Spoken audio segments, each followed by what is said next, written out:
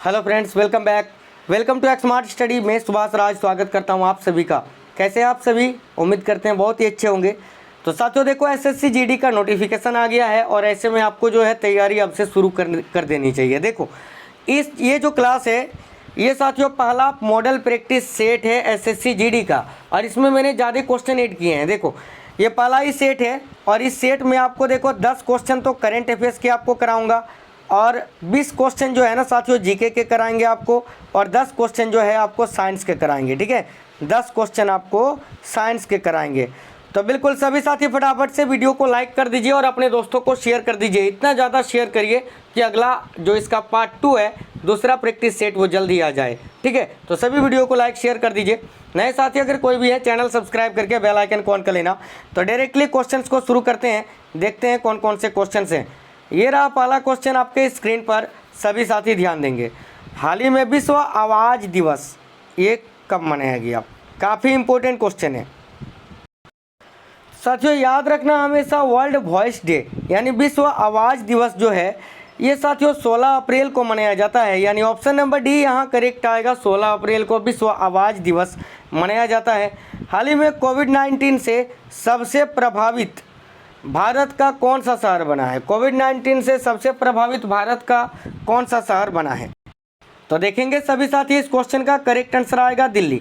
आगे देखिए क्वेश्चन, हाल ही में एशियाई कुश्ती चैंपियनशिप में सरिता मोर ने कौन सा पदक जीता है? तो साथियों हाल ही में एशियाई कुश्ती चैंपियनशिप में सरिता मोर ने कौन सा पदक जीता है? बिल्कुल जरूर आपको याद रखनी है, गोल्ड मेडल, स्वर्ण पदक, यानी ऑप्शन नंबर ए करेक्ट आएगा। आगे देखिए, हाल ही में अमेरिका ने किस देश से पूर्ण सैन्य वापसी की घोषणा की है? तो साथियों याद रखना, अफगानिस्तान। हाल ही में अमेरिका ने किस देश से पूर्ण सैन्य वापसी की घोषणा की? तो अफगानिस्तान से। हाल ही में इस देश में 10 रूसी राजनयिकों को निष्कासित किया गया। किस देश में? ये सभी साथी देखेंगे। तो साथियों देखो करेक्ट आंसर आ जाएगा America, option number D correct आ गया। हाल ही में देखो मैकडोनाल्ड इंडिया किसे अपना ब्रांड एम्बेसडर बनाया है? साथियों मैकडोनाल्ड्स इंडिया ने किसे अपना ब्रांड एम्बेसडर बनाया है? सभी साथी ध्यान दीजिए, थोड़ा टाइपिंग मिस्टेक है, अस्मिता होगा साथियों यहाँ। ठीक है, अस्मिता, देखो अस्मिता मंडाना, याद रखना Asmita Mandana, option number C correct है। देखो यहाँ सही से लिखा हुआ है अस्मिता मंडाना, याद रखना। आगे देखिए भाई, हाल ही में गूगल ने निम्न और मध्य आय वाले देशों को कितने लाख कोविड टीके देने की घोषणा की है? तो याद रखना 2.5 लाख। ठीक है, ऑप्शन नंबर सी करेक्ट है। हाल ही में किस देश ने रूस से 60 मिलियन टीके खरीदने की घोषणा की है? तो भाई याद आपको रखनी है Iran, option number C correct आएगा साथियों, ईरान। हाल ही में सीबीआई निर्देशक का निधन हुआ, उनका नाम क्या है? तो याद रखना सीबीआई के निर्देशक का निधन हुआ, उनका नाम है रंजीता सिन्हा साथियों, ऑप्शन नंबर सी करेक्ट आएगा। हाल ही में एक्वा किसानों के लिए ई संटा इलेक्ट्रॉनिक मार्केट प्लेस किसने लॉन्च किया है? यह भी क्वेश्चन काफ़ी इंपॉर्टेंट है, तो याद रखना पीयूष गोयल जी ने। यहाँ पीयूष गोयल करेक्ट आएगा आपका, ऑप्शन नंबर डी। आगे देखिए क्वेश्चन नंबर 11, निम्न में से किस शहर को भारत के इलेक्ट्रॉनिक शहर के रूप में जाना जाता है? तो साथियों देखो इस क्वेश्चन का राइट आंसर आएगा बेंगलुरु को। आगे देखिए, क्षेत्रफल के हिसाब से सबसे बड़ा भारतीय राज्य कौन सा है? तो क्षेत्रफल के हिसाब से सबसे बड़ा भारतीय राज्य राजस्थान और जनसंख्या की दृष्टि से उत्तर प्रदेश। आगे देखिए, केंद्रीय सड़क अनुसंधान संस्थान कहाँ पर स्थित है? तो साथियों याद रखना केंद्रीय सड़क अनुसंधान संस्थान ये दिल्ली में स्थित है। आगे देखो, विश्व प्रसिद्ध अजंता की गुफाएं किस राज्य में स्थित है? तो साथियों विश्व प्रसिद्ध अजंता की गुफाएं किस राज्य में स्थित है? याद आपको रखना है, यहाँ देखो करेक्ट आंसर आएगा महाराष्ट्र, करेक्ट आएगा option number C. Vikram Sarabhai अंतरिक्ष केंद्र ये कहाँ पर स्थित है? तो देखो विक्रम साराभाई अंतरिक्ष केंद्र तिरुवनंतपुरम में स्थित है। आगे देखो, हवा महल निम्नलिखित में से किस शहर में है? तो भाई हवा महल ये तो जयपुर राजस्थान में स्थित है। आगे देखो, भारतीय कैंसर अनुसंधान संस्थान ये कहाँ पर स्थित है? तो याद आपको रखनी है भारतीय कैंसर अनुसंधान संस्थान ये मुंबई में स्थित है, ऑप्शन नंबर सी। आगे देखिए, राष्ट्रीय अभिलेखागार कहाँ पर स्थित है? याद रखना साथियों राष्ट्रीय अभिलेखागार ये जो है ना ये नई दिल्ली में स्थित है, ऑप्शन नंबर ए करेक्ट आएगा। देखो बुलंद दरवाज़ा कहाँ पर स्थित है? तो बुलंद दरवाज़ा जो फतेहपुर सिकरी में स्थित है, ऑप्शन नंबर डी करेक्ट आएगा। सबसे छोटी जनसंख्या वाला राज्य कौन सा है? तो सबसे छोटी जनसंख्या वाला राज्य है सिक्किम, और सबसे छोटा क्षेत्रफल वाला राज्य है गोवा। याद रखना दोनों ही। ऑप्शन नंबर सी करेक्ट आएगा। तापीय अपघटन के दौरान अमोनियम नाइट्रेट उत्पन्न करता है भाई क्या? तो देखो तापीय अपघटन के दौरान अमोनियम नाइट्रेट जो है वो नाइट्रस ऑक्साइड और हाइड्रोजन देखो यानी जल, हाइड्रोजन ऑक्साइड यानी जल को जो है ना साथियों ये उत्पन्न करता है, नाइट्रस ऑक्साइड और जल। याद रखना ऑप्शन नंबर बी यहाँ आपका करेक्ट आंसर आ जाएगा। आगे देखो इनमें से क्या एक अर्धचालक है? इनमें से कौन सा तत्व एक अर्धचालक है? तो सिंपल सी आपको दिख रही है ऑप्शन नंबर डी जर्मेनियम। ये तो सेमीकंडक्टर अर्धचालक ही है ना।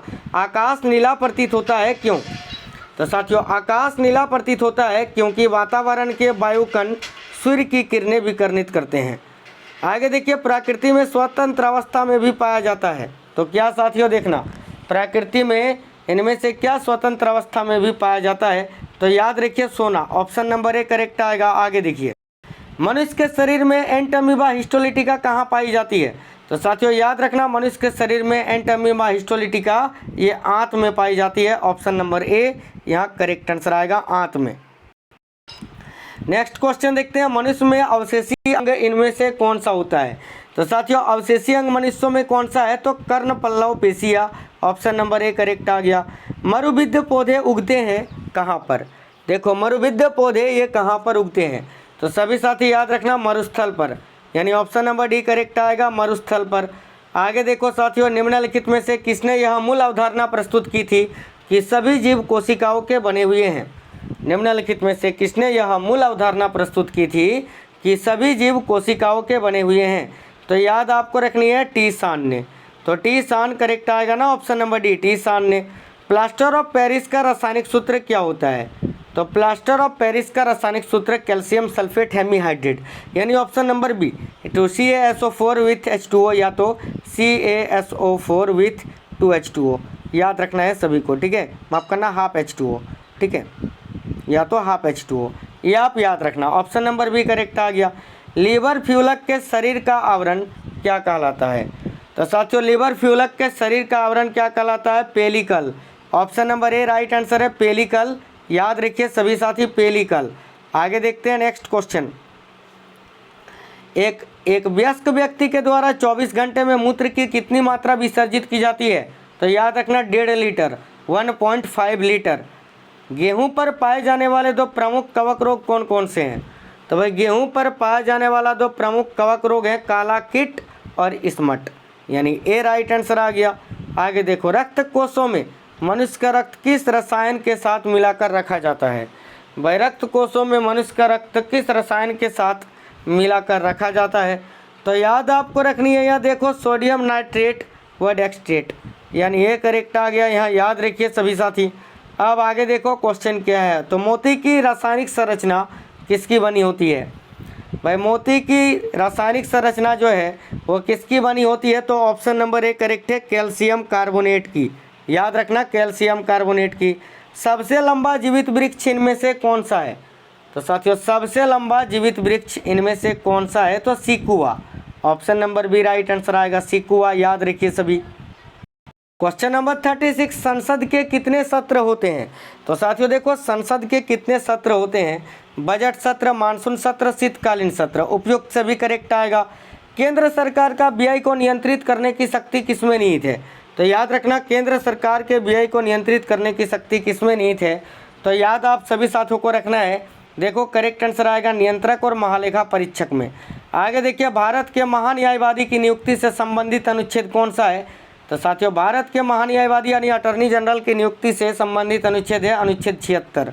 आगे देखिए भारतीय संविधान को कितने भागों में विभाजित किया गया है? तो प्रारंभ में 22 था, अभी वर्तमान में अगर पूछे तो 25 भागों में। याद रखना।